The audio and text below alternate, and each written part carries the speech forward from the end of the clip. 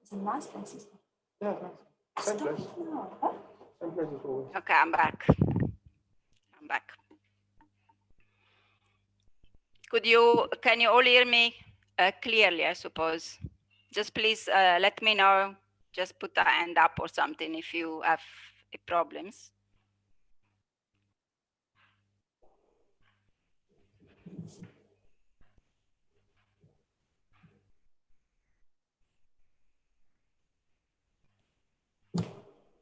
Okay.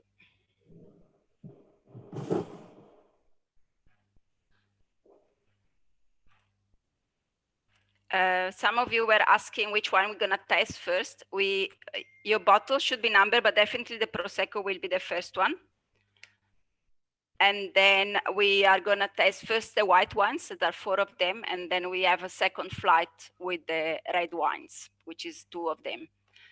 I had more whites because I thought it was gonna be hot, and I seem to have spotted on today the heat came just for us.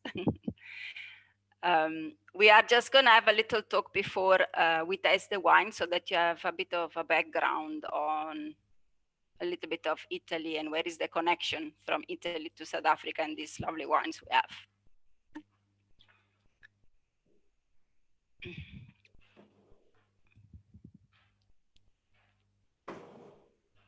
Maybe I should. Okay, that's one more person joining us.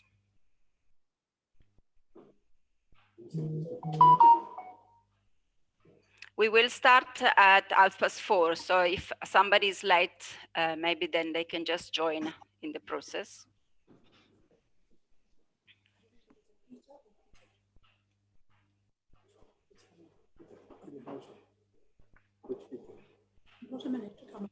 Benvenuta Alessandra e Simonetta joining as well.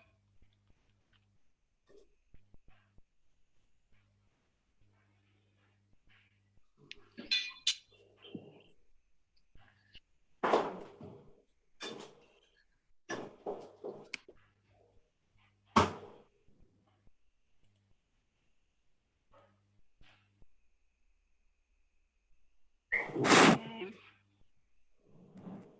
Simonetta, mi senti bene? Sì, ti sento benissimo. Ok, perfetto. Ci siamo tutti? Sto facendo 2 conti, 2, 4, 6, 8. Penso di sì.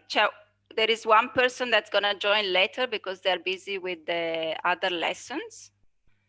Yeah, it seems like one. We're still waiting for actually Andrew's parents. Looks like it. Nora and her husband. We can wait a couple of minutes and then maybe we can just get going. What do you think? Yeah. Yeah. As I said, I'm recording it, so then it can be on the cloud if somebody requests that. Maybe Valeria, you can give us some technical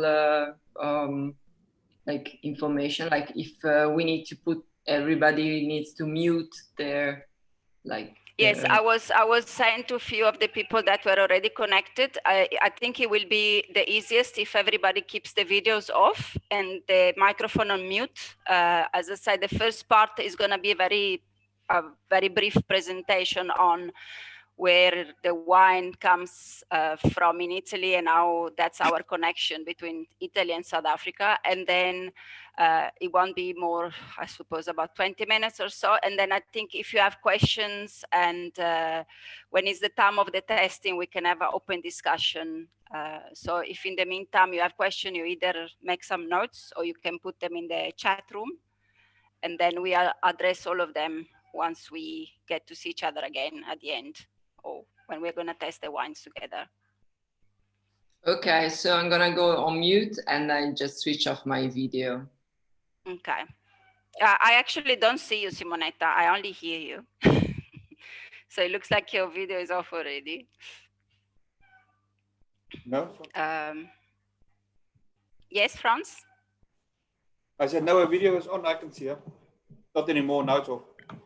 Okay, I couldn't, but Anyway, okay, just one more person joining.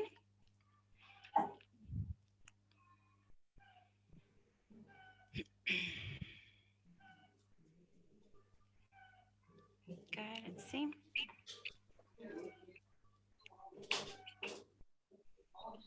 Ciao. Ciao, Janice. How are you? Good, Right. thanks. And you? Good. Just technically, we're gonna first start off with our video and microphones on mute. I am shortly gonna start talking a little bit. So there's few people still joining. Okay.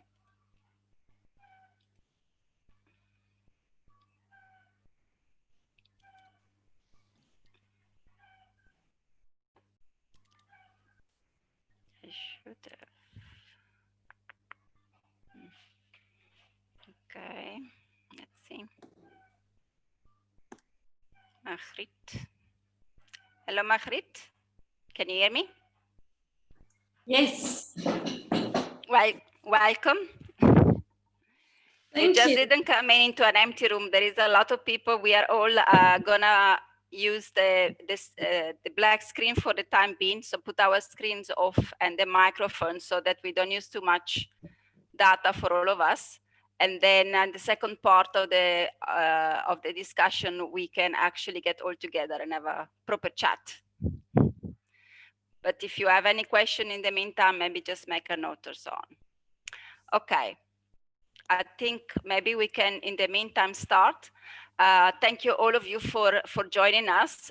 This is a very exciting event for me. It's the first time, I think, probably most of you also, that are actually having a tasting online. I don't know, I haven't done this yet. But anyway, this is the week of the Italian cuisine. So of course, wine is one of our main things, and is actually a big privilege for me to be able to speak to you about this. Is other people joining quickly? Okay, maybe we should just, okay, and I see we have one more person. Okay. There's Malcolm. Buonasera. Welcome, Malcolm. Ciao, Nura, come va? Ciao, ciao, bene, grazie. Aspetta, come Bene.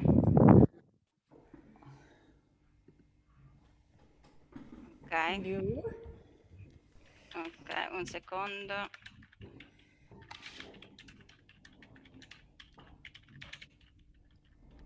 Okay, we are about to start, Nora. So yeah, you can maybe just put your video. We were gonna join into the conversation later, but so long if you can maybe put on mute and put the video off, it's gonna be lighter for everybody to stream and have no delay in the voice and so on. Okay, great. Okay, where is it gone now? There you go. All right, so as I said, welcome everyone. We are just quickly I'm not gonna do this long presentation and bore all of you but sorry, there you go. I'm trying to do too many things with the buttons here. Okay, what is this product that we all love, and is definitely something that is keeping us all together and joining Italy and South Africa, is definitely wine. As I say, it's very ancient. It's been grown and cultivated, the grapevine in Italy, for such a long time. But of course, we've been lucky enough to find out that grapevine can grow very well in many different parts of the world. Before we start, I just quickly want to tell you, so my name is Valeria and I am one of the teachers at the Italian school, but I have a very big background. I've got a master in enology, and I work at the university for many, many years. And one of my duties, which was probably my best duty while I was there, was actually to teach the students how to appreciate wine and how to drink responsibly and manage to analyze a wine properly. So hopefully I will be able to answer a lot of your questions today. And as I said, we can get started, and then you will tell me at the end anything that you want to know extra. Okay, so just to get going, maybe you are aware of the history a little bit of the grapevine, but basically the origin of the grapevine was actually in Persia, what was then Persia, which is now the modern Iran. And from that area, it propagated all the way to Greece. We have evidence throughout the thousands of years actually of history that already from 5000 before Christ, there were signs that grapes were used to make wine and fermented product. I'm sure it was very different from what we know today as a wine, but surely it was already something that was produced so many thousands of years ago. As I say, from Persia, of course, with the trade, he made his way to Greece. And then from there, he spread throughout the Mediterranean. We had a lot of help coming from the trade that was done at the time. There were great civilizations like the Phoenicians and the Greek that took over the whole Mediterranean area. So from the Greece area, he ended up in Sicily, in Sicilia, our southern island. And that was already many years ago in the thousands, in the 4000 before Christ actually was when the first time the grapevines landed in Sicily. But when it really took off was at the time when the Romans started to make their civilization bigger and bigger, and they started to conquer all the Mediterranean regions. It was obviously a gradual spread. It didn't happen overnight, of course. It was over 250 years that the Romans managed to increase their territory across all the Mediterranean coast, but also up into what is now modern France, Germany, England, Spain, and so on. So at the biggest extension of their conquer, they had a vast empire. And of course, one of the main things that they couldn't do without was obviously wine. And they find out that these grapevine are extremely suitable and they can grow in a lot of different conditions. So the production of wine started to spread throughout all the ancient world. And there started the diversity of the wine. So of course, we all know that the Romans loved their wines. We have a lot of evidence throughout the years, already starting with some of the mosaics that were discovered in Pompeii. You probably are aware of the eruption of the Mount Vesuvio, which was already in the 79 before Christ, after Christ. We already found that there were a lot of mosaics in the old villa that we've been lucky to find completely untouched, where there were people crushing grapes, having party for harvest, and celebrated what it was called Bacchus, which is also the Greek god Dionysus, which is the god of fertility, of agriculture and wine. So throughout the century and in many of the Roman frescoes in the villas and mosaics and throughout the past periods, I suppose Dionysus was one of the most celebrated gods because we found a lot of evidence that he, of course, he was linked to the fertility and agriculture and everybody relied on that. Luckily for us, what do we need for produce wine? Well, the grapevine is extremely versatile. A healthy grapevine, like most of the plants, needs a good climate. The weather must be good. The temperature must be good. There has to be enough soil and nutritious soil and sunlight and water. But Italy was definitely one of those places that had no lack of suitable terrains for it.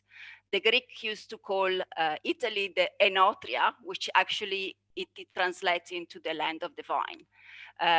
We have many different landscape. You can see here from your left side, we have Valle d'Aosta, so in the far north west of Italy, very close to France, bordering France, in fact. The region is very cold, but there, of course, even if there are extreme slopes, they manage to cultivate the grapevine successfully. The Langhe is in Piemonte. I suppose many of you have heard of the wine Barolo. It's one of our most famous and fantastic, actually, red wine that we have, also in the north west of Italy. anywhere to Sicily, where we say that's where the grapevine made the first landing. You can see there in the background the Mount Etna, which is still of active volcanoes. So this very rich, fertile soil that actually we have there. Cinque Terre in Liguria, and this is the Veneto, the area of the Prosecco, so the one that we're gonna taste later comes from these type of areas. And again, Sicily. You see the contrast with the very old ancient civilization there that still has very important archaeological sites. What you can see here in a lot of these images is that we have very different landscape. A lot of them are hills, very steep hills, and the cultivation practices are not always so easy. So it's very different from South Africa, where most of the time, or the bigger producer have got a lot of flat land where it is easier to use machineries, and it's not so laborious to cultivate and pick the grapes. In Italy, we've got quite a lot of very steep slopes because the land is not so so vast like here. So they're trying to make use of every single spot that they can actually find. And we also, because we find out that on the slopes of the hills is actually where we get our best wines from. So I thought I might just show you this. The extreme conditions that we have for certain areas actually make us have to invent a new way. Of course, we have the classical way that you have and go and pick the grapes and just bring them up by hand. So every single crate get carried either by crate or by some sort of baskets. But they have invented also this type of little train kind of, where you can actually load all your grapes and bring them up to where is the first suitable place to actually collect the majority of them. What is interesting is that they have created a specific category of a wine competition that is called Viticoltura Eroica. So Eroica means like a hero. It is so extreme, the place where you cultivate those grapes, that is a huge challenge. And being such a huge challenge, they created a category which is not just for Italy, because there are also many other areas throughout the world that actually have these extreme conditions, and they have a competition just for those wine produced in this type of environment, which I found it extremely interesting. As we say, the production area for grapevines, it is about between about 20 to 30 degrees north of the equator and south of the equator. So it's quite of a vast area, and we've seen covers a lot of different terrains. What is luckily for us, that the grapevine, if you ask a viticulturist, it will always tell you that a grapevine is a weed. It grows everywhere. Hard soils, very poor soils. Of course, there's the variety of the grapevine that determine if it's successful in an area rather than another one. But they are very adaptable, and for sure, that's when they decided, okay, but we can give it a try. And at the time of the Cape Dutch India's company, they decided, let's give it a try, let's take it to the Cape. And of course, it was a successful endeavor that they've done. What I just want to say is that, of course, nowadays, with the changing on the climate, there is a lot of other areas that are actually starting to produce grapes, which are not the traditional areas. So places like Canada, we have the south of England, they're becoming very good in the cultivation and the production of a lot of sparkling varieties. Sweden even, we know that there are cultivation in India, and even in Ethiopia, there is some venturing happening there as well. So the area are definitely changing. We know that the first grapes arrived in the Cape, and when the company arrived as well. And the first one were planted in the company gardens in Cape Town by Jan van Riebeck. It was only in 1659 that they say, okay, praise the Lord, praise the God, wines was made for the first time from the Cape grapes. Imagine for them was a big relief, because before that they had to import everything from Europe. So it was a big milestone for them.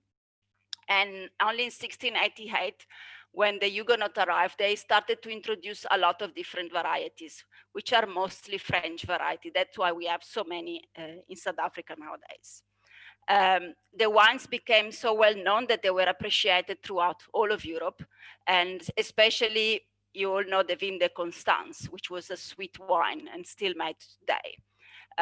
So since then, the wine industry in South Africa grew tremendously, and with the with the creation of KWV, there was a certain amount of protection for the producer. But since then, we have happy to say that we have more than 350 years of winemaking history in South Africa. Of course, is baby steps compared to other older countries that has been producing for thousands of years, but you know, we can always step on the shoulder of giants. So we can have nothing to envy to other places.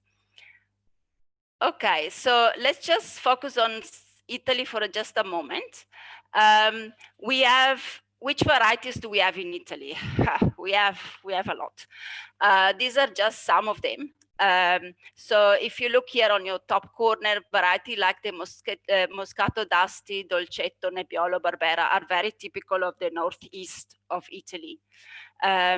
We have other variety like the Glera, Garganega, Osaleta, Molinara, Refosco, Rondinella. As you see, they've got a very different name. I'm pretty sure you heard probably none of them before. This is more typical of the northeast of Italy. On the island in the south, we've got Etna, Bianco, Aglianico, Grillo, and so on.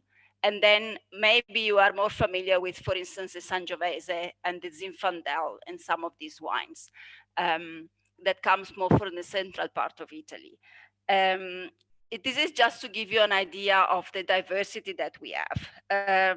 These are more the ones that are mostly known throughout the world, but that's just the tip of the iceberg. This is about a word cloud that gives you an idea of how many grape varieties are in Italy. We have actually more than 1,000 different grape varieties. And they are planted, as you can see here, all over Italy. There is not a place where it is not planted. And as I say, we also, I don't know if any of you have seen this before, but there is a very nice map of the Italian wines. There is a restaurant in Stellenbosch that's got one of those hanging on the wall, and I always find it fascinating to look at it. So if you ever happens to come across one, they give you all the different wines that are produced in all the different regions in Italy. Okay, so what about South Africa? Well, we've got some main cultivars or varieties that are planted a little bit all over. The Muscat de Frontignan, of course, is what we use, is that type of very aromatic grapes that we use to make the Vin de Constance, and is also very popular. There is a lot of phenomenal sweet wines from South Africa. But then we have more popular ones like Colombard, Chardonnay, Sauvignon Blanc, and Chenin Blanc. Colombard is very much planted. Is not often made as a single variety wine, but it is the base wine for most of the brandies because it's a variety that produces a lot of grapes. On the red front, we've got definitely Cabernet Sauvignon, Merlot, Cabernet Franc, Syrah, Pinot Noir, and our very own South African Pinotage. But again, even in South Africa, we have many more. There is about 100 of different varieties. So even if it's just a 10% compared to Italy, we still have quite a lot of varieties. And they're of course cultivated mostly on the Western Cape. Even here, because of climate change, there is some other areas that are starting to produce. So as we see, there is a huge amount to choose from. And diversity is definitely a gift. But is also sometimes put us a little bit in a predicament. The choice, how do we choose? Especially if you don't know the wine labels, so you're not a big connoisseur of wine, and you just want something that you really want to enjoy. I put this picture here because this just to give you an idea what a wine shop could seriously look like in Italy. You must understand the latest statistics show that there is about 310,000 active wine producing farms in Italy. And that's just the farms. So imagine if each of them just produce 3 different wines, that number grows exponentially. So it is really, really complicated to try to choose a wine. So how do we navigate this jungle, basically? Well, is also when you put the wine you don't know and what to combine it with. Would you better have sparkling, still, red? How do you choose? So when it comes to the Italian wines, we have a little bit of a guideline. So there is a classification system that is similar to the French one, the denominazione di origine controllata e garantita. So if you look at this pyramid, we have 3 different tiers, the DOCG, the DOC, and the IGT, which normally are wines that are very regulated.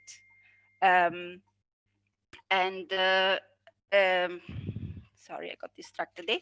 Yeah, so basically the top part are regulated in everything. So they regulate the area of production, they regulate the variety that you are permitted to grow in that specific area. You cannot just plant whatever you want. There is the production method is very regulated. For instance, what are the maximum ton per hectare that you can produce, which type of barrels you have to produce, and so on, how much you have to age it, and what are the minimum alcohol levels that your wine must have. So they're extremely regulated. Of course, you are also allowed to use something different, but then you will not be able to get the seal. And the seal looks like something like this one that you will see on your Prosecco bottle. So in this case, we have a DOCG, so denomination of origin controlled and guaranteed. So you will know if you see a sticker like that, you are most likely to have a wine of quality, that's for sure. In South Africa, we have a different system. For certain aspect is the same. We are not so restricted in the methodology of making the wine, but there are some criteria that needs to be followed. You're probably familiar, this was the older seal that the Wine and Spirit Board used to release, and also because every single wine that gets out on the market, and especially if they want to be exported, need to have such a seal. So before the wine is released on the market, he has to go through a testing panel that have to say if the quality is acceptable to go out on the market. So what is very nice of the South African seal is the fact that it actually combines different things. That's why they created a new one. And it is a completely different and integrated approach, where it just doesn't look just at the quality of the wine, but also at the environmental, social responsibility and so on, to make it completely sustainable. As I say, this is obviously a wine that is certified and it can be exported and sold also in the local market.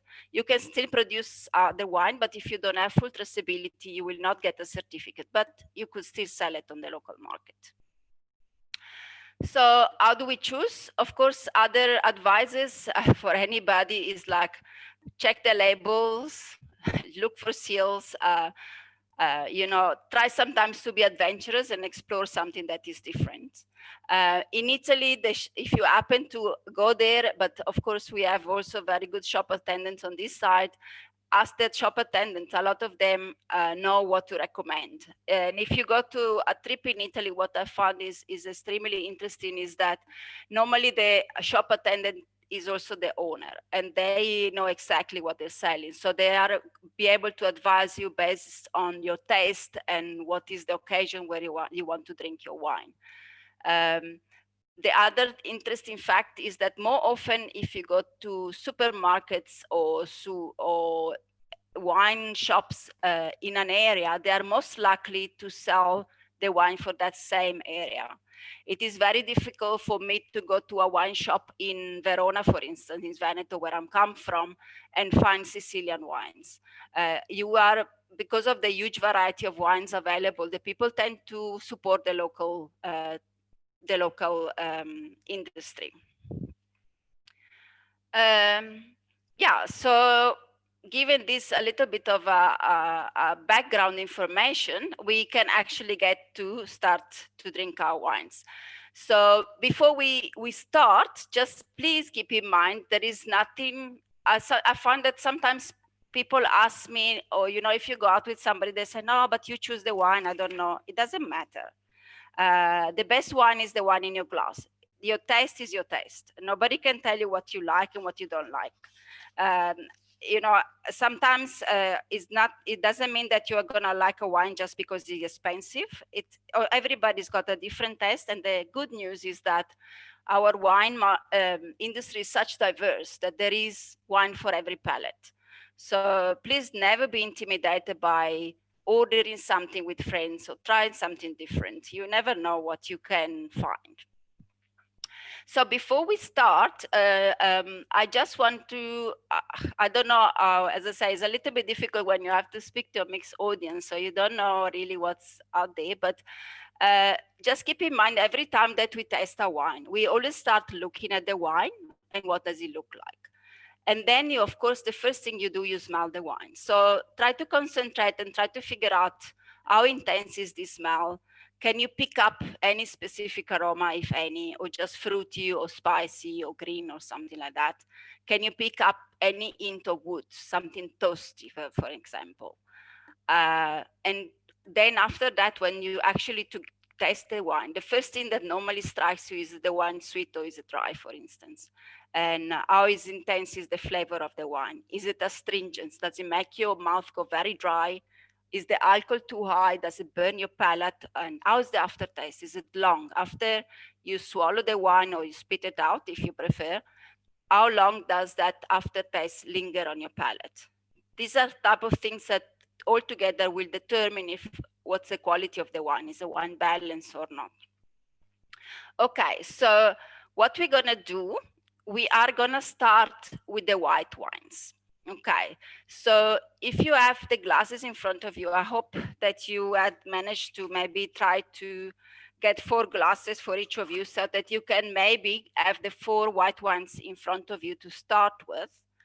And so that we're gonna taste the wine, of course, one at a time, but it will be very nice if then you can go back and try to compare the differences between the 4 of them. And then we can just take it from here. So the first, I know that you don't have labels on all your wines. So your first one is definitely your Prosecco that you all received, a full bottle of. The second wine is a Wellhaven Sauvignon Blanc 2020. The third one is a Idiom Bianco, which is actually a Pinot Grigio variety of 2019. And your fourth wine is a Coluta Friulano 2018, and is also a DOC. Okay, just to tell you what's coming, we also, so these are the 4 bottles as they look. So we have the first one is an Italian wine. The second and third are produced in South Africa.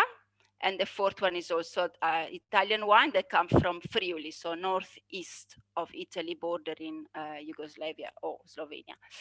The reds that we will see a little bit later is Idiom Rosso 2017, is a blend of Sangiovese and Barbera variety. And the Cruva number 6 is a Barbera d'Asti Superiore DOCG 2017. So when we get to we're gonna discuss those as well. So these are the actual 6 wines that we are gonna taste today. Okay, so let's taste. I'm gonna switch off this presentation and then we can have an open discussion, which I would love to have that with you guys and see what you all think. Let me just close this. Okay. I don't know, if you want, you can try to put your videos back on and see if we if we don't lose each other. Hello, everyone. At this point, do you have any question or any comment? You can maybe just switch on your the people that want to ask a question, maybe just switch on their the microphone, or could you follow me properly? Okay. So good. It's a little bit difficult when I don't hear anybody. So you see at my back, I've got quite all my wines lying out. So I'm just gonna reach for the first 4 white wines. Maybe in the meantime, you can pour for yourself also. What we normally do, we pour from left to right. So you will start to pour your first wine on the left glass and then move to the right side. I can hear the popping of the corks. That's fantastic. I love the sound. That's always exciting. And then normally we pour a little bit of wine. You never fill it to the top if you want to actually smell it. So if you can pour your first wines, I'm just going to quickly reach back and fetch my wines.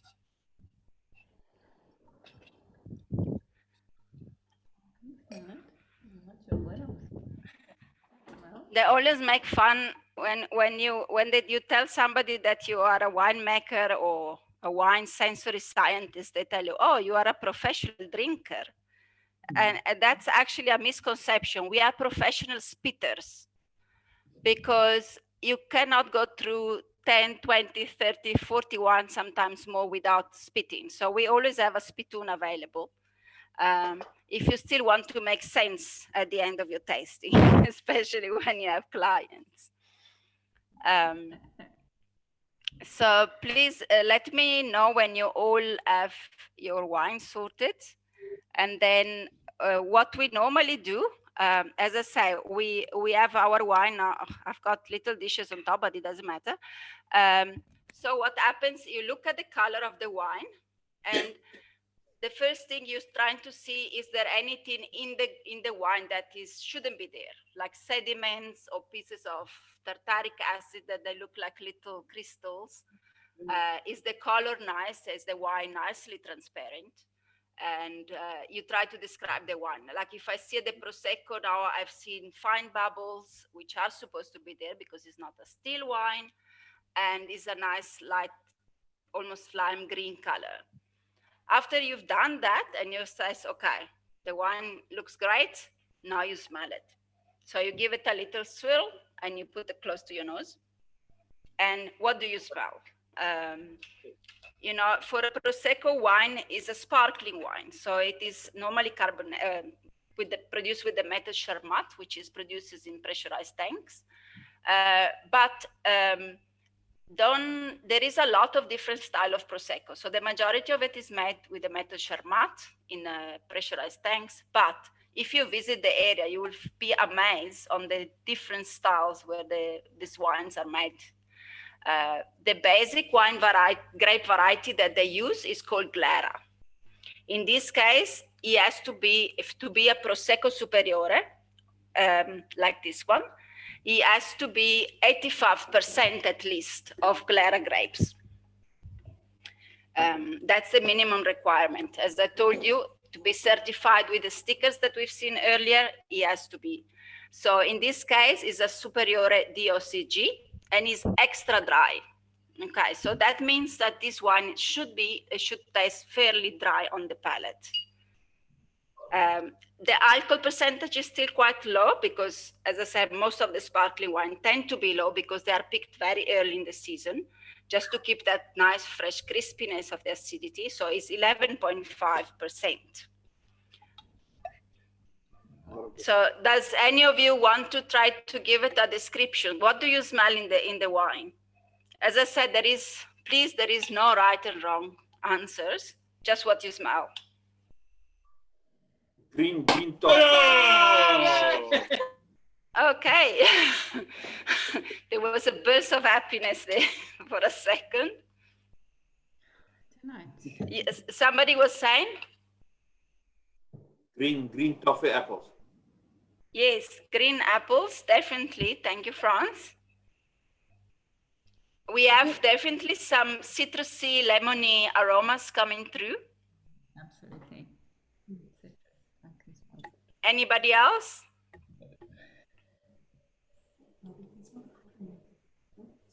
No? No takers? Okay, so it's got definitely a lemony citrus flavor, some green apples, maybe a little bit of fresh almonds. Smells like spring. Mm. It definitely does. It definitely does. It's the perfect season for starting a good tasting with a Prosecco, I tell you what. So we were saying, yes? When, not the taste, but the smell. You can smell like the carbonated, like soda water. Some champagnes you smell less, but you can actually smell like you're smelling soda water. That's yeah. You just open yours, I suppose, right? yes. You just popped it, yes. So definitely when it's freshly poured and just open, you get that coming a little bit stronger. After a few minutes, it tends to go away, and then you should be able to pick up more of the fruit and the other different aromas for it. But yes. This is a very nice Prosecco. Very nice. Yeah, it is nice. It's got a very nice mousse for me. It's very fine bubbles, but they're quite persistent. And you get a lot of the aftertaste also that sticks and lingers on your palate for a long time. This comes from an area, because it's a superior, as we say, it has to have a minimum percentage of glera grapes in it. It's a very small area, close to Conegliano and Valdobbiadene. Those landscapes are extremely amazing. They're so steep that they have most of the time to pick the grapes by hand, as we've seen in some of the pictures. And the properties, the owners have got these tiny pieces of vineyards that you think they cannot possibly make a living. When I went to visit, we stayed literally on there was a little cottage at the top of a hill, which was about 1.7 hectares that belonged to this one family. And out of that 1.5 hectares, they managed to make a living. Now in South Africa, you will never, ever, ever be able to do that. But of course, that was in the heart of Prosecco. The area is very huge, and the more hilly, the central core of it is called Cartize, and that's where your best wines and grapes come from. It's a little bit like, we have a Stellenbosch region is very big for wine production, but you get the Golden Triangle around the Alderberg, or you get the Stellenbosch Simonsberg ward, which give normally the most quality wine coming from this area.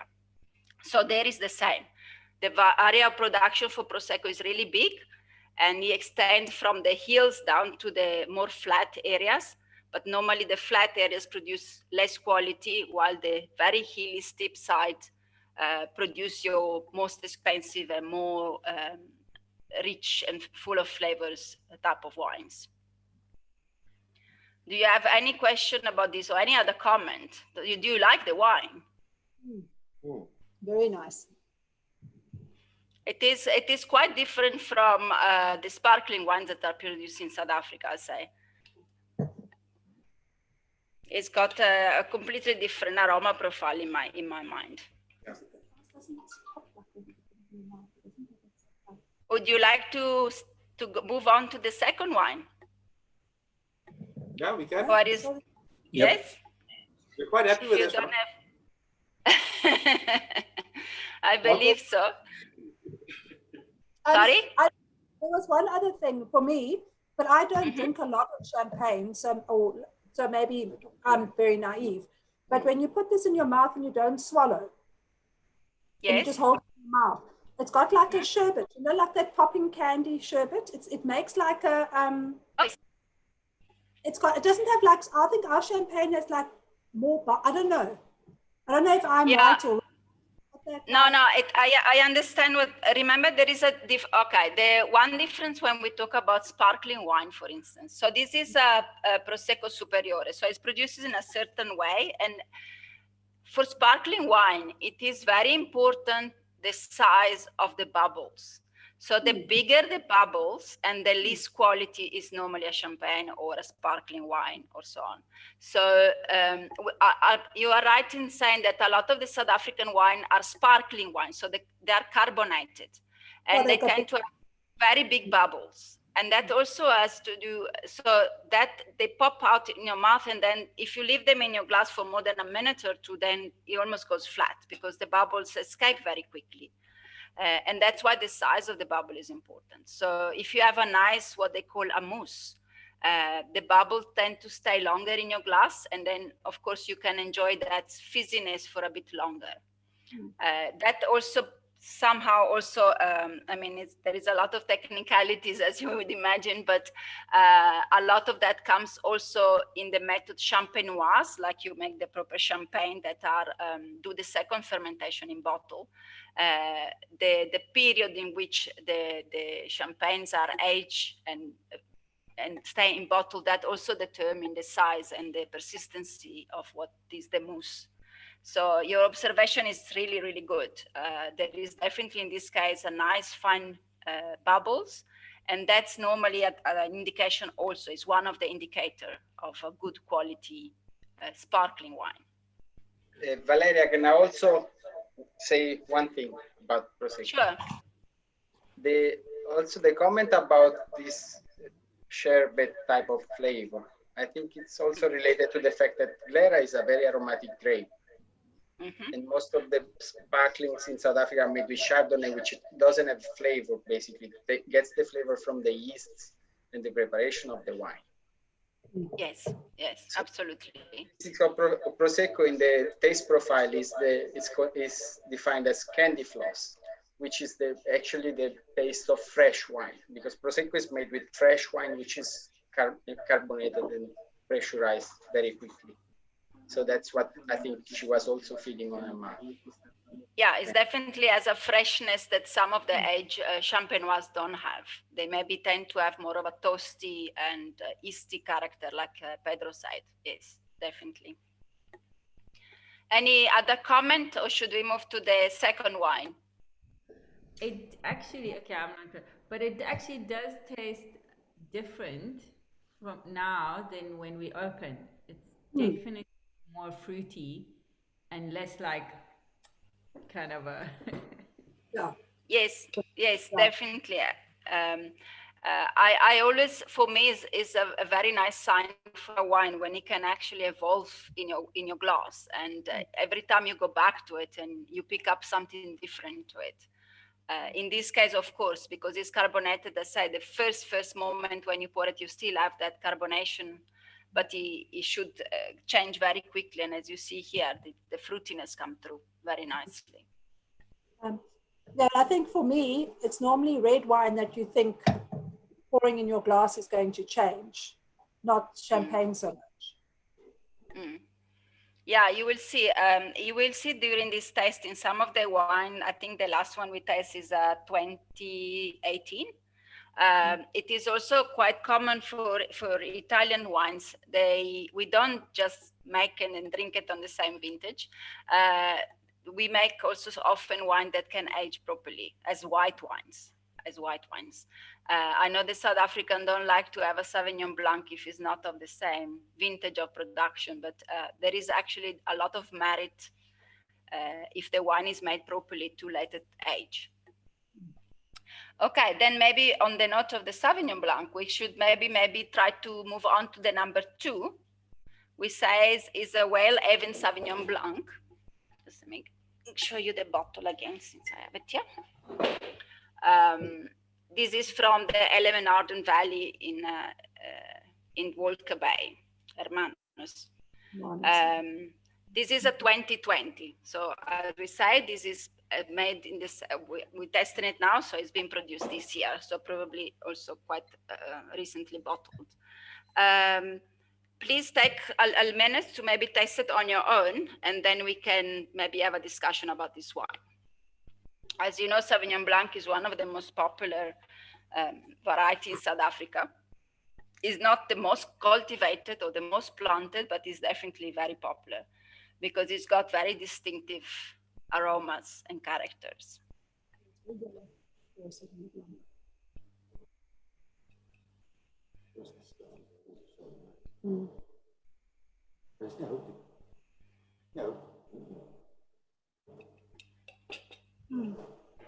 Doesn't taste like a typical Sauvignon Blanc.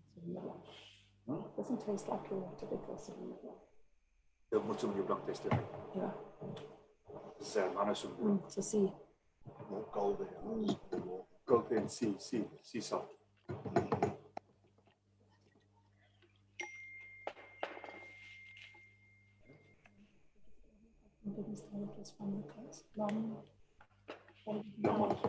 What do you think? In South Africa, or the Sauvignon Blanc generally, they tend to be broadly, very broadly, I'm generalizing a bit here, divided between green Sauvignon Blanc and tropical Sauvignon Blanc. It is somehow linked to the area of production of the grapes. So you tend to have grapes that are grown in a more cool climate like the LM and Arden will be, for instance, where they tend to be a little bit more green, displayed some more green characters. While in the warmer climates, they tend to be more tropical, so be fruit driven, like tropical fruits and stone fruits and so on. While the green one tend to be dominated by characters like asparagus or typically green pepper or grassy mineral and so on. So if you taste this wine, can you think of any of these descriptors, or do you have anything else that you want to say? What does it smell like? It's certainly green pepper with grass. Grass? Grass, green pepper was the first thing I smelled. Okay, yeah, definitely. It's got definitely a greenness. Green pepper and grass, definitely. Yeah, it smells Anybody like else? Like grass has just been cut. That grass smell. Yeah. It is definitely, it's got that definitely a very prominent grassiness to it. As I said, this is very typical of the Sauvignon Blanc coming from this area. It's got also some minerality. Minerality is almost like the smell that you get if you take a stone and you wet it. That type of flintiness, mineral smell. I don't know if you are with me with that one, like almost like crushed shells, something like that. And also you get some asparagus. I think is actually a wonderful example of Sauvignon Blanc from cool climate South Africa. It is really great. Take a sip. You probably already did. I take very long. We live in Durbanville area, so we've got all the wine farms up, like how many, and they taste very different to this. Obviously it's the sea, but also this one is very yellow. It's a lot more yellow than the ones that we get here in Durbanville. Our ones are more lighter in color. Yeah, you're talking about yellow color or the character of the wine, like a fruitiness to it? No, the actual color of it. The color is... Oh, the color of it. Yes, yeah. Yes, I see what you mean. More yellow than what, I mean, the wines that we get this side are a lot more, I do Dimmersdal or Hillcrest, and their whites are a lot paler in color. Yeah, they've got almost like a lime tinge to it. Yeah, I see. Well, sorry if I can interrupt you. Please. You were talking about the two stones and the sort of mineral. If you actually sip the wine and you exhale through your nose, that comes, well, my opinion in any case, comes through a lot stronger than just sniffing it from the glass. Yeah, I see what you mean, because of course you get your perceptor in the back of your palate also that to work very nicely. No, that's true. Yeah, and it's also, it is a little bit of, as I said, the climate influence a lot the style of the wine, but then of course, nothing stops you from blending grapes that come from different areas. And in a way, it is a little bit, in the past we used to get extremely green wines, but they find out if you blend in different components, the wine has got much more longevity. So it tends to age better because if you want to age your wine, the green character are the one that last the longer, while the tropical flavor tend to be very prominent when a wine is young, but then tend to fade away a little bit. Okay, sorry, it's me again. It's fine. Some of the Durbanville wineries here in the cellars, they actually buy in bulk grapes from other areas, and then they blend it with what's local. It obviously depends on what culture the winemaker wants to give to of course. It's the same as the Grendel Top Sauvignon Blanc. It definitely has a tropical component with it, and it seems to be doing very well on the market and worldwide. It's just doing really, really good. Yeah, and it's because of that, you know, the more dimension you give to a wine, the better the complexity. It's obviously. If I can add something else as well, which is interesting, you were talking about the different regions, you know, obviously producing a different character of Sauvignon Blanc. And Durbanville Hills Winery, they've got vineyards sitting on north-facing and east-facing, or the other way around. But what they do is they produce a Sauvignon Blanc from the one hill, and then they produce a Sauvignon Blanc from the other hill. And the one obviously is more sea-facing, and the other one is more inland. And the character between those two is actually quite interesting. Yeah, that's the beauty of the terroir. You know, there's a lot of talk about the terroir, but it does in fact make a difference. So it's not like we talk randomly about these things. They do have, most of the time we don't have the privilege to be able to taste the same grapes made on different slopes or different soils. But I promise you that there is definitely a huge difference. It is a truth. It's not a myth. It's not a myth, trust me. I've tasted a lot of wines. Okay, fantastic. Yes? I said I would like to have your job. I don't know whether you want my job. I don't know. What do you do? Computer training. It's very boring. No, thank you. I'll stick to mine. Fantastic. Okay, so I was the Sauvignon Blanc. I think is a great one. It's got, as I say, it's very green, but he also on the palate is quite fruity, and it's got quite of a floral character to it that is quite unexpected. It's quite different from what you first smell on the nose, but it's nice and full. It's got a very big palate for a white wine. I find it really amazing. Originally, I wanted to compare the wines to each other and make a South African to Italian comparison, but it's almost impossible because the wines are so different from each other that I think it's just nice to take, you know, a little snippet or snapshot of different regions and different varieties, I think. Okay, let's move to number 3. If you don't have maybe other comment about the Sauvignon Blanc.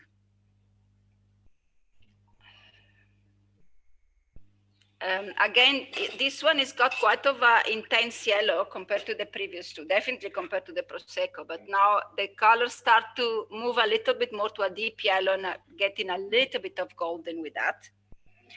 The third one that we are testing, just to remind you, is a Pinot Grigio, and is a South African wine produced here by the Idiom.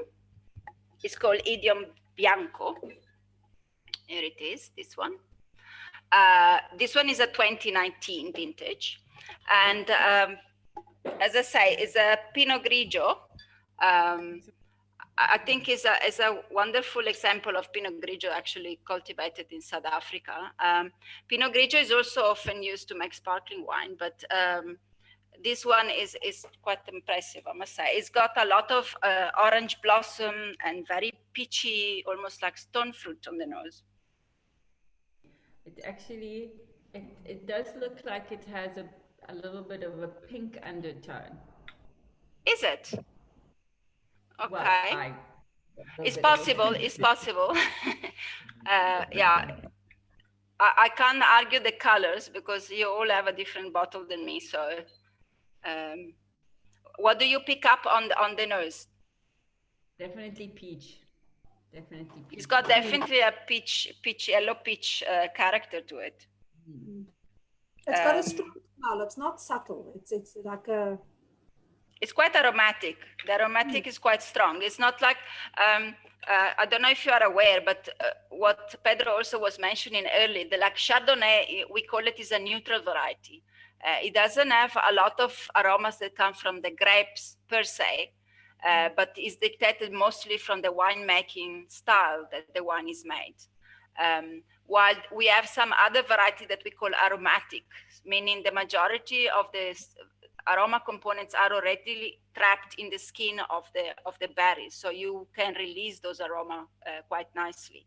And this one is extremely aromatic. That goes pink. Oh, Just one goes red and it grapes with all tell her. She knows. But it's got a nice acidity. Any comment? I don't know. I just prefer it to the second one. You prefer it to the second one? I prefer it to the whale one.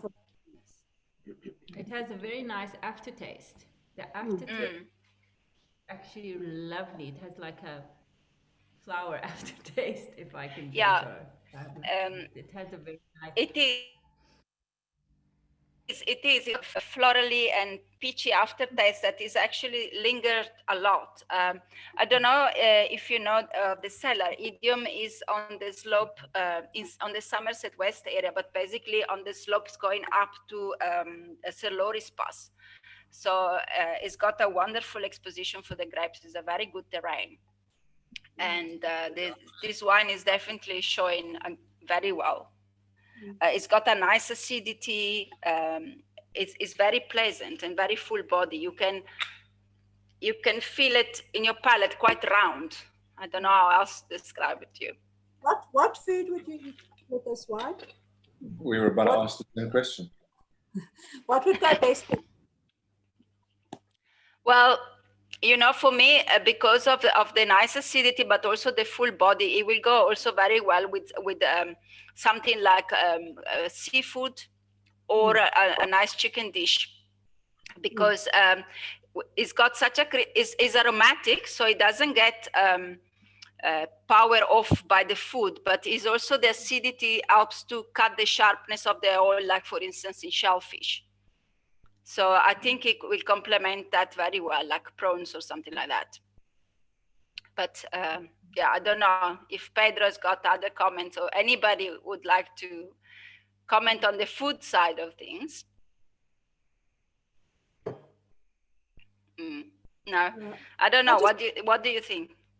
I agree with you, just in that it must be a subtle food. It mustn't be a curry or something that's going to overpower the taste of it. No, that will be definitely something too strong. Like I would definitely not recommend it with strong sauces, or definitely not red meat. But it might go also very well with the tuna steak, for instance, because as I say, it's got the characters to stand up to a stronger fish, which is got more flavor on its own. I'm not talking about sauces now. Sushi. Yeah, sushi. Yeah, like a good sushi will work very well with that umami type of characters. Very good. Okay. All right. And the fourth wines we have is the Friulano. Okay. This is an Italian wine. I found it extremely fascinating.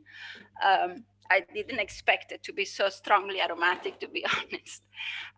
Okay. So this is the wine. So it's a Colli Orientali del Friuli. It's called Friulano. That's the name of the variety. And it's a 2018. So it's a little bit aged. But what is interesting about this is that in the past, this wine that is now called Friulano was in fact called Tokai Friulano. But if you are aware, there is a wine from Hungary that is very famous.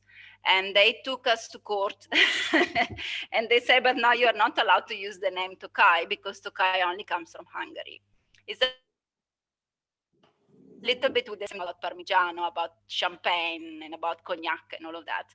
So at the end, they had to change the name and they decided to just call it Friulano. It's also very, sorry?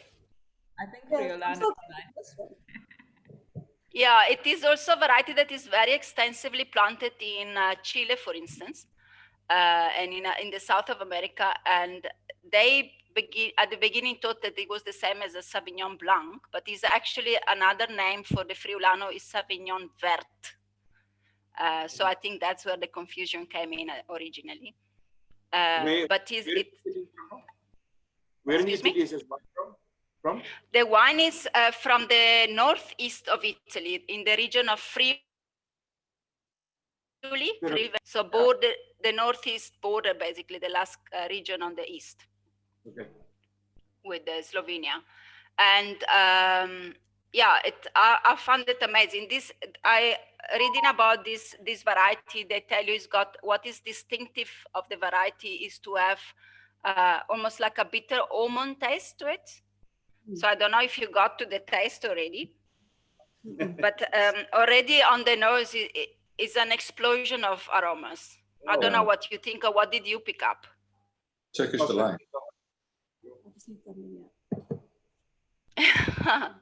Was my first thought as well. I got, it's very floral. It's got, it made me think of, you know, those Turkish apricots, the soft apricots. Made me think of brandy. It is amazing. As I don't know, I didn't expect it. It was like a big surprise for me, but I love it. Yeah, the rose Turkish delight comes through in the first time you taste it. You smell it, yeah. As I said, I got that and like dryish apricots and floral, but it also still has some minerality. But try to taste it now, because I think it's also surprising on the palate. Valeria? Let me. Yes, Pedro? Big liter. Okay. Yes, sorry, you mentioned the fact that this wine might be a little bit aged. I just wanted to comment on this, because in Italy, we usually release white wines a bit later than in South Africa. Okay, the preparation is a bit longer. And we come to the market 1 year after harvest, usually. Most of the wines are harvested in September and released only in February, sometimes even later. Friuli wines specifically are wines that can even be drunk within 3-4 years from harvest in most of the cases. And this Friulano specifically is made in a style that includes a portion of the grapes being partially dehydrated before pressing. Okay, it's not a late harvest. They've taken some of the water content of the grapes just to intensify the wine. So it's a wine with a bit of structure, and that's what you feel in the richness of the Friulano, which is usually not a very rich grape. As you say, it doesn't have strong aromas and things. So they made a very big body in a very slim grape character. Yeah. Well, sorry to interrupt, but that makes a lot of sense what you said, that some of the grapes are partially dehydrated, because it definitely has an explosion of dry fruit that I've never tasted before tasting this one. I've tasted some of others, but I never seen this strong character. It's tasting nice in the next 1 or 2 years still, because it's a wine that can a bit longer because of this structure. Yeah, definitely. It's got a lot of structure on the palate, but as I said, the acidity is so nicely sharp and crispy that it definitely can age longer. In fact, we should demystify the fact that one needs to drink a white wine. It's just released and it's fresh on the current vintage year, because in most of the cases, it takes a lot away from the wine. Yeah, I agree with you. I had the most pleasant surprise. It's now been years back, but I came across in a very in a wine bar in Italy. I found a Delaire Sauvignon Blanc that was already 6-7 years old. I think somebody forgot it there. And we opened that bottle and tasted, and it was the best I ever tasted the South African Sauvignon Blanc in my life. It was just perfect. The acidity wasn't too sharp like you normally use very fresh wines, and the wine came together wonderfully. Interesting. It's definitely not something we age in South Africa. Yeah, but I think Sauvignon Blanc will do much better if you the patient and you could afford to age it a little bit. That's the problem. Patience, I think, is the patience is a problem. We know that the majority of the wine get consumed immediately when they get purchased. So yeah, you're not alone there. Especially during lockdown when you don't have anywhere to go and buy wine. So in lockdown, we became wine. I can't say the word. It starts with an S, but we became wine something, because we just like what you used up. Yeah, I must confess, I had a very nice vinotheque full of interesting wines, but it didn't survive the lockdown.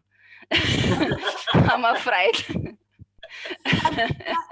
I just want to tell you one story. We had an insurance guy here. He decided he wanted to come and evaluate our house. And he said during lockdown, he had valued somebody's wine at 150,000 Rand. Sure. That was the And beginning it of was, lockdown. and after at the lockdown? beginning of lockdown, and that value. After lockdown, he phoned and he said, can I please reduce my policy? The wine didn't last. You can now make it 30,000. Makes a lot of sense. Best wine, but why not? Yeah. Why not? That's the thing. Okay, fantastic. Are you guys ready to Can I just say one try the thing? red one? Can I Sure, just ask please. and maybe you can just, I don't have to ask every time. For me, and I've done it a few times, not a lot, but the food that goes with wine is very interesting for me. So I would just like to know more or less just what you think the wine, what food the wine would go with. As I said, for me, even this type of wine being so much more aromatic than the previous one is something that, you know, earlier you said, yes, I see prosciutto, prosciutto San Daniele, that's definitely one. Some of the, you know, like Parma ham type of cured meat. Yeah, that's Pedro's suggestion. For me, it's got such a nice aromatic that it could go even with your curries. Maybe fish curry rather, but it could easily stand that, in my opinion. Maybe we will have to ask Simonetta next time to organize maybe a talk just on food and wine pairing. I wanted to get into it, in fact, but then my presentation became so long and I thought you guys are going to fall asleep. So I took that completely out of my equation. But yeah, for me, it's also fascinating. It's a completely huge and fascinating topic, the food and wine pairing. So maybe we can organize that for another time. That would be great because it makes the wine taste very different when you're eating it with Of course. Of course. Maybe we will have the... Valeria, we can launch probably a series of like appointments. It's something that, I mean, this is just an experiment. So yeah, of course. Yeah, if there is interest, I think it's going to be like interesting. And yeah, I think there is a lot to explore. So as I said, I didn't want to get the people to fall asleep, but there is so many interesting facets to this that, yeah, we can definitely investigate. If we to have just a wine, and then you can actually taste the different wines and understand the different levels, and then do the food. I think if we did the food and the wine together, well, for a basic, you know, start, it would have been a little bit too much. But to do this first and then do another one with food and wine, then the appreciation is so much more. Of course, yeah, yeah. As I say, it's a little bit tricky when you don't know what's the level of you know, like how used are you to taste wine? And if you used to taste wine, do you normally just drink it like most of us just enjoy it? Or do you ever go into analyzing the wine a little bit? So because of the different audiences, this was really, as Simonetta said, we're going to try it. But if there is an interest that we can make it a little bit more structured and explore the different areas, I think would be fantastic. That would be great. Yeah. That would be great. Okay, no, that's fantastic. Okay, do you think you're ready to move to the red wines? How's your palate doing? Maybe we can take a sip of water. Yeah, I did, and I had an olive, so now I feel better. Okay, you know what we say in Italy? Anybody spit that? Acqua farugine means water makes rust, so we don't like it that much. If you put an object in contact with water too much, it rusts. So we rather stick to wine. But I just wanted to say this is great for me because that first wine, the third white wine that we had from Somerset West, I've never tried it before, and that was my absolute favorite. And it's okay. Here. So for me, I'm going to go and see if I can purchase some. Find it. Yeah. I'm sure at the end of the day, Pedro can address you to where you can get all these wines. He organized and the wines for us. So he's definitely the person to ask. Just to have a rough idea, which wines did you prefer in the first flight? You say you liked the third one. Yeah, definitely the third one. Not the champagne or the prosecco, but of the Prosecco, three wines, I like the middle wine the most. Yes, the Bianco, the Pinot Grigio from Somerset West, from Idiom, yes. Yeah. Okay. And the rest of you, did you have any favorite? I found the Prosecco very interesting. The shift of taste was very nice. And I really liked the third one in number 3. Number 3. Number 3, yeah, the Pinot Grigio. No, sorry, number 4. The fourth. The almond one. It was just very different, and it kept changing. Was very, very nice. I found that very interesting. Okay, no, that's great. Yeah, I also found it very surprising. As I said, I enjoy all the wine for different reasons, but it was the last one for me was a nice surprise. So for me, it took the flight, definitely. Number 3 is very drinkable. It's a really nice kind of easy, I would have it in the fridge. But number 4, it's very nice if you do like a dinner and you want to surprise your, or lunch and you want to put something different. And the champagne is really I think there is definitely space for each of these wine in different occasion or with different combination of food. But I think it was a very good flight so long. Okay. Yes. Before you go, Momento. The Italian, was that a Pinot Grigio? Pinot Grigio? What did you call it? The wine? Which one? The one from Idiom, Pinot Grigio. Yeah, Pinot Grigio. But does it change its color when it gets older or something? Sorry, does it tend to? It's a Pinot Grigio, but it's a rosé.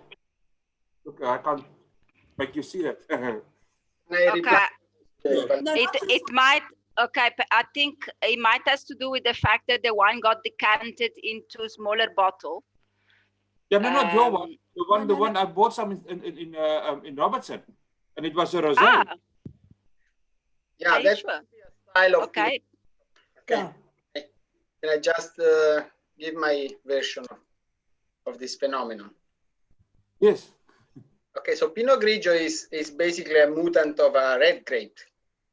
Okay, it's a relative of Pinot Noir basically, and in some cases the style which is made of is quite oxidative, so it gets in contact with a lot of oxygen during fermentation and winemaking. And there is actually a style which is called Ramato, which has got a very strong copper hue color. Okay, and that's what you probably have seen in that. Yeah. That the oxidation is very fast in the color of the wine. And sometimes it is intended and it protects the wine. And it's a wine that can age because it's got the structure of a red wine. This grape is basically a red wine in disguise. It's a red disguise. It's a red, it's like an albino grape. Okay. Yeah. A grape which doesn't have that color anymore. But this one, this particular one is almost naturally spumante. When you put it, when you drink it, it feels like a sparkling wine. The fizzy portion could be a fault in winemaking, but that I wouldn't know because I don't know this producer. But see very, very pinkish, or we call it onion peel color in a Pinot Grigio. Yeah. The wine is made by Van Loveren. Okay. I haven't tasted that. So. Oh yeah, we haven't tasted. As I say, as I say, it's got quite of a tannic structure that's why sometimes it's used to make sparkling. But yeah, I don't know that one in particular. Also, I've never tried it. Okay, should we move to the red wines and see what you think of those? I don't know if you need to rinse your glasses or you have other clean glasses for it. Just let me reach for it without killing myself. It's also lecture at the school. Valeria. That's what she won't do. She won't take my job. Okay, so number 5 is the Idiom Rosso, which is a Sangiovese and Barbera blend, which are two typical varieties of Italy, which started to be more and more planted in South Africa. And the second one, number 6, in your little bottles, is the Cruva Barbera d'Asti. Is a DOCG, so it's got the seal also on the top, and is a Superiore, so it should be a phenomenal wine. We're gonna test it now. So the Idiom is from the area around Somerset West, so it's actually origin of Stellenbosch still. And then the Barbera d'Asti from Italy is from Piedmont, so on the northwest side of Italy. It's the same producing area where you get your Barolo from. You probably see the Barolo is made from Nebbiolo grapes, like some producers on Costanza's got Nebbiolo now. The Steenberg, I think, make Nebbiolo, yeah. Okay, so if you have your wine in front of you, you see the two wines are quite different to each other. The second one is quite intense in color compared to the first one, but there are obviously two styles of making wines, and two grapes are really different from each other. So this is the first one is very nice. It's got a lot of that typical cured meat, almost like savory aromas, ripe cherries, and a bit of oak. You can pick up the oakiness in the wine as well. Bit of licorice now coming through.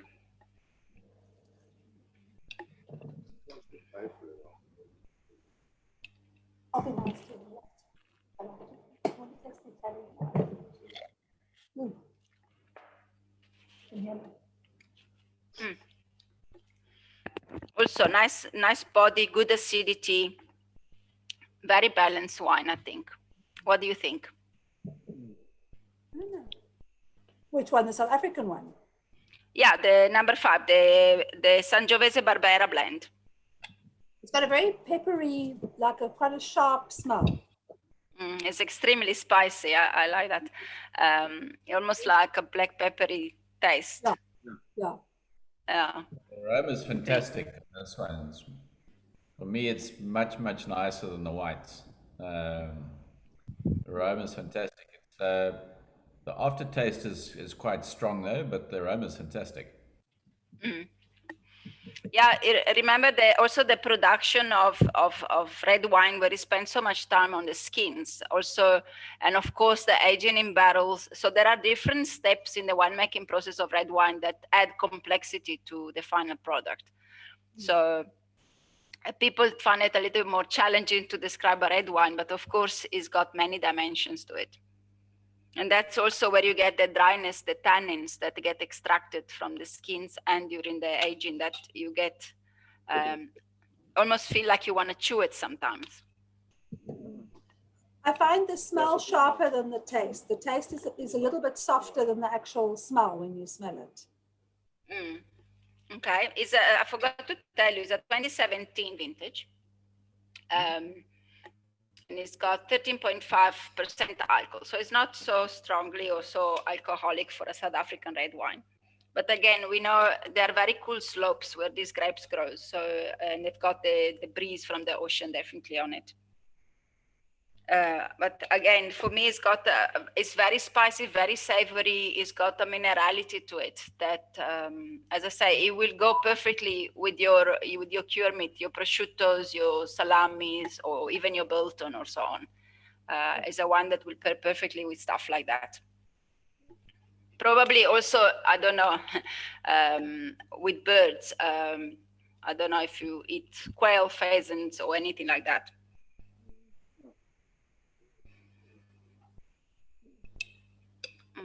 Delicious. What do you think? It's also, I think it can still age a bit. Am I losing you guys? Well,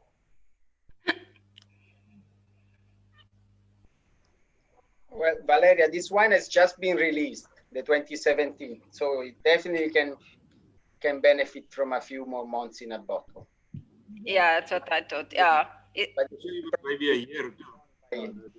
By next year. Yeah. Very fast. Yeah. Yeah, Pedro, please correct me if I'm wrong, but I think the wine is not made in a style to last for many, many years, but is definitely benefiting for another year or two in the bottle. Yes, that's right. We just release it when we think it's ready to be drunk, and it's usually consuming within 2 or 3 years maximum. Yeah, yeah. No, it's lovely. Yeah. The rest of the idiom range is definitely what you want to age. Wines that spend at least 12 or more months in barrels and a further period in bottle before being released. In fact, the big blends of idiom, we are on 2015, 2016 only. Yeah, so you do release them quite a lot. I mean, when they're ready, when you perceive they're ready. Yes, when the maturation period in the cellar gives a wine ready to drink in the market. Yeah. It's yes, please. No, I just want to say we bought a wine in Tilbach a couple of years back, about 4 or 5 years ago, and it was in magnum bottles, so like really big. But we bought it and it was a 2010, and for some reason it had my son's name on it. So we kept it for his 18th birthday and didn't drink much. But we drank it the other day with him, and we drank it in 2020, so it was 10 years old. It was the nicest wine that I have ever drunk. It was Pinotage. It was so nice, and that was 10 years. Yeah, you will find that, I mean, more and more there is quite a lot of wines that, even South African wine, that are meant, if you have, again, the luxury and the patience to age them, they perform wonderfully for a few years in bottle. As far as I know, there is only, I think, Canon Cop in the back of their labels actually put a little graph that say when you should drink your wine, or when it's going to be tasting the best, when is what we call the peak period, where the wine is going to show the best. And I always find that idea quite intriguing, but of course is a matter you like it or you don't like it. But what is nice is that it gives you an idea, okay, you can drink your wine after a couple of years that it's been released, is going to be nice. But if you just could hold on to it a little bit longer, then of course, what am I doing here? Yeah, so then some of them really do benefit from spending more time in the bottle. Yeah. Okay, should we try the last one? So we say the last one is Barbera Dusty, okay? And this one is 2017, okay? And it's also Superiore, so superior quality of denomination is the DOCG. So remember that little pyramid we say? So it's right at the peak. It's very controlled, but it dictates how it must be made and how it must be aged and so on. So Italy doesn't always have all the freedom that the South African winemakers have on this side. So what is interesting is that I found this one is quite typical for the cultivar. Is 100% Barbera. So in this case, nothing got blended into it. It's just pure variety. The vintage in which it was produced, the 2017, I don't know if you guys remember, but it was a year that was extremely, at a very cold spring and winter. And it was very famous because I'm sure you've seen those pictures in Chablis where they were putting up fires to try to keep the vineyards from having their buds basically burnt out by the frost. So it's been a very peculiar year. But it's also been said that it was a grapes that they got that year were of very high quality, maybe a reduced yield, but of very good quality and very complex aromas. So it will be nice to see what you think about this wine. It's absolutely divine. Pedro, how much is this wine? You want to know the price? Okay, let me just look it up. And then a special 25% for Friday and another 25% because we're such nice people. I will give you all the prices of the wine you've tasted. Okay, Italian wines. I will put them on the chat now. Oh, okay. What I want to say about Barbera, Valeria, is maybe worth as this anecdotal story, is that in the 80s, Barbera was hugely consumed. It was the wine you would drink when you were working or just with friends. People used to drink a lot of that. And it was in Piemonte, which is a very noble area for producing red wines, where they produce Barolo, which is probably one of the highest regarded wines of Italy. It's the wine you will drink when you wait until the Barolo is ready, because Barolo takes 2 or 3 years to be ready, the Nebbiolo wines in general. Big scandal. Some of the producers, to increase the alcohol in the wine, which was very poor and very low in alcohol, they had very weak grapes because they were producing so much that the sugar in the grapes didn't reach enough sugar content. They started adding methanol to the wine. And they ended killing a few people and blinding, I don't know how many hundreds people. At a stage when the government basically banned the production of Barbera in the whole of Piemonte. the damage and establish who were those producers who have made this damage. And they destroyed the category, basically. They didn't have law. 2 years was a law in Italy. Was not possible to buy a Barbera because they were too scared. And a few producers decided to revive it and to bring it up to the world stage as a quality wine. So that's why today we drink possibly the best Barberas ever produced, because these families decided not to put that wine in the cheap wine category, but to raise it to the higher level. Okay. That's the Barberas we're tasting. Yeah, but that's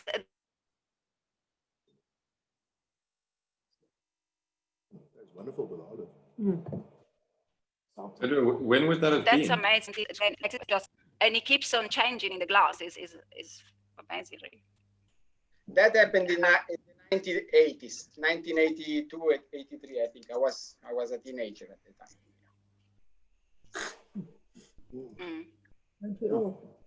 Yeah. We all were a teenager. All teenagers then, yeah. Or most of us. Just before they invited me to a 2-year holiday camp.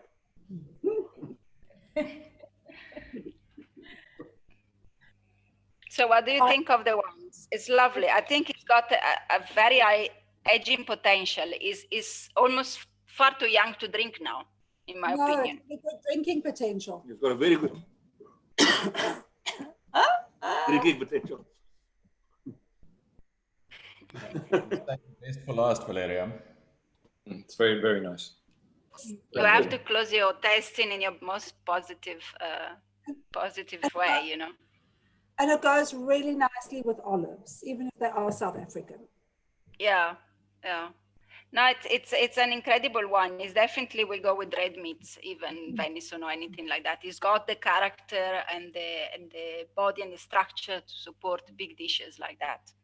Even if it's not your Barolo, which would be even better, but yeah, it's still a very good wine. It's a little bit. I hope, in my opinion, I hope that will be the fate of Cinsault. That in South Africa, some people are trying to revive the Cinsault as well, because if you know, it's one of the parents of Pinotage, and in the latest years, a lot of winemakers have been trying to revive a little bit the variety. There is a lot of vineyards, especially in the Swartland, that are very old vineyards, and the Cinsault has also a potential, a bit like Barbera. It's got that character that could make phenomenal wines. Also for it was quite a famous wine in the early 80s. Sorry, say again? It was a famous wine for aging when in the 70s and the 80s. I remember my father had a cellar full of it because it aged so well. Yes. And in fact, some of the old, what is it called, Rooiberg, Rudeberg, old bottles, and some of the old wine that you don't find on the market, and you are opening them now, and they are among the most amazing wine that I've tasted. But somehow it fell in disgrace at one point, so there wasn't much available of it. I think he ended up all going into big blends like your Chateau Libertas or your Tassis or stuff like that. Since on its own need to mature a couple of years to actually get it some character. I mean, if it's still very fresh, it's very flat. Yeah, that's right. Yeah, and the other thing is also a lot of these wines, also like the Barbera, they get aged in big casks. They're not aged in small barrels like the French type of barrel, 225 liters or so. They keep them in bigger 2,500 to 4,000 liters, and they age them for quite a long time. So the oak is there, but it's not the dominant component. So you don't get that very vanilla toffee characters in the wine. It's almost like a gentler touch to it.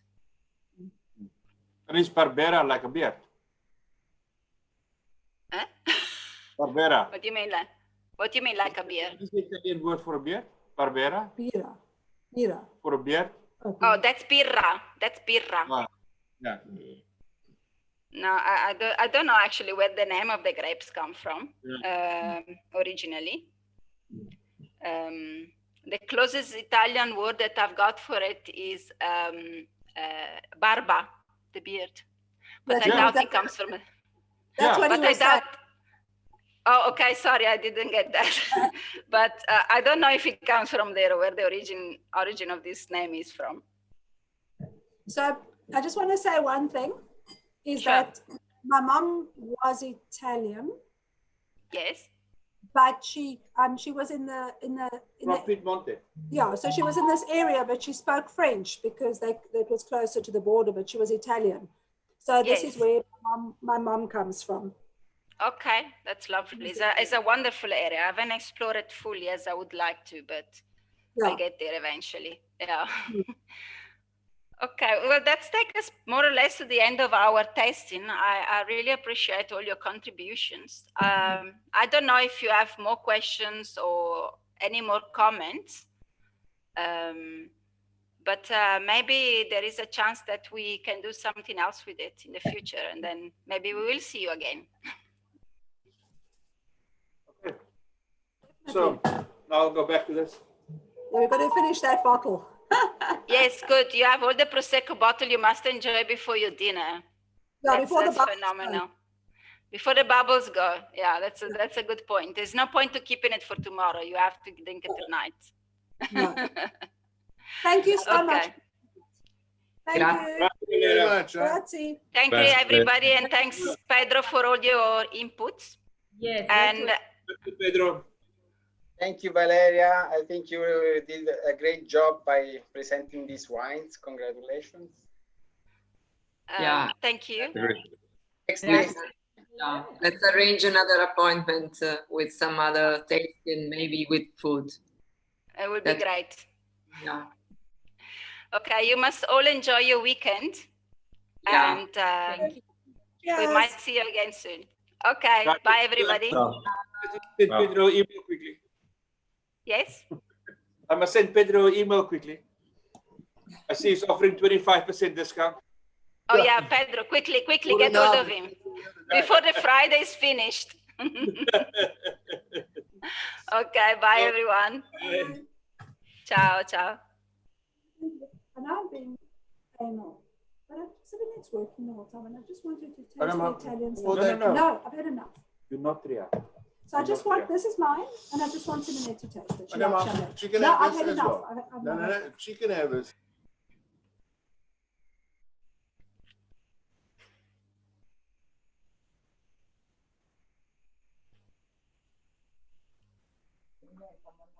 Ecco. There's 2 new entries in the group now. Now? Nikki. No, erano già. It was already there. È stato interessante, a me è piaciuto molto, non so Pedro cosa pensi, però se è una cosa che magari è piaciuta anche a tutti gli altri, potremmo anche fare altri appuntamenti. Sì, no, penso ovviamente sono più divertente o più completo se si potesse fare in persona, ovviamente, perché poi, specie se vuoi fare l'abbinamento con i cibi, andrebbe meglio, però senti un po' magari com'è il feedback delle altre persone, poi si può organizzare. L'unica cosa comunque qua era interessante perché ognuno poteva essere a casa sua, magari tornare da lavorare oppure non aver voglia di guidare e anche bere quanto vuoi, non solo fare solo il tasting. Quello è vero, quello è vero, sì. Questo secondo me poteva essere una cosa positiva. Comunque vabbè, dai, è stato interessante e bello e vedo che la risposta di tutti è positiva. Vediamo, magari si può pensare a qualcosa. Grazie Vale. Diciamo Niente, prego, scusa, sto cercando di capire come presentazione perché non so, ho fermato la registrazione.